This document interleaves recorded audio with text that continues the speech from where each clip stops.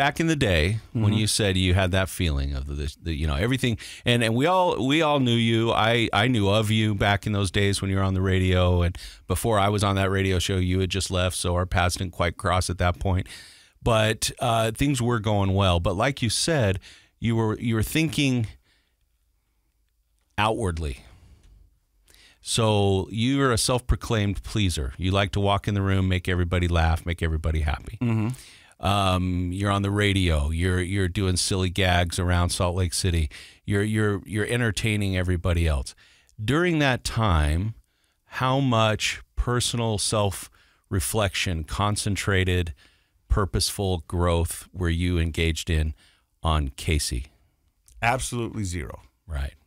Maybe a little time at the gym. You were spinning plates. Yeah. Maybe a little time at the gym. Yeah, a little time at the gym. That way. And that was about it. Other than that, it was always, what can I do to make you laugh? What can I do to make you happy? What can I do to make these salespeople job easier? What can I, and that was my mindset. And it was like, if I'm pleasing all these people. And you were the go-to guy. And a lot of people don't really know that behind the scenes, when like a big band would come to town, Casey was out there like entertaining them, making them happy, getting them what they wanted. You were greasing all the wheels so that these bands would keep coming to town and performing here in Salt Lake, right? I would pick them up at the airport. I would take them to the clubs. I would, if they said they needed anything, I would do my best to find it. Anything? Anything. Yeah.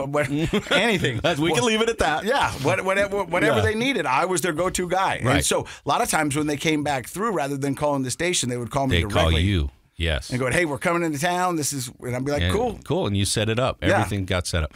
So a lot of people don't know all that behind the scenes. The way I vision your life, and a lot of people who are in that industry doing that thing, it's like spinning plates.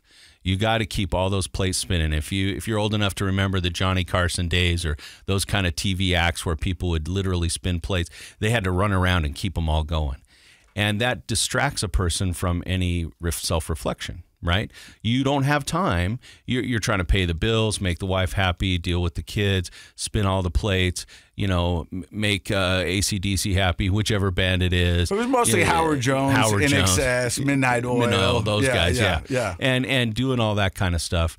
And it distracts a person, unfortunately, during the time in life when you can really, the term is individuate or become yourself in your 20s and early 30s. And so that was then, and you always had this sense that things are a little precarious. They may not last. When's the other shoe going to drop? Okay, fast forward to sitting in detox.